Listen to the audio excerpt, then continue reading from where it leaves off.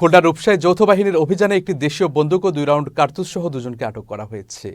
সোমবার রাতে গোপন সংবাদের ভিত্তিতে কোস্টগার্ড, নৌবাহিনী ও পুলিশের যৌথ অভিযানে খুলনার রূপসা থানার আলাইপুর এলাকা থেকে তাদের আটক করা হয়। আটককৃতরা হলেন শফিউল্লাহ ও অস্বীকার খান।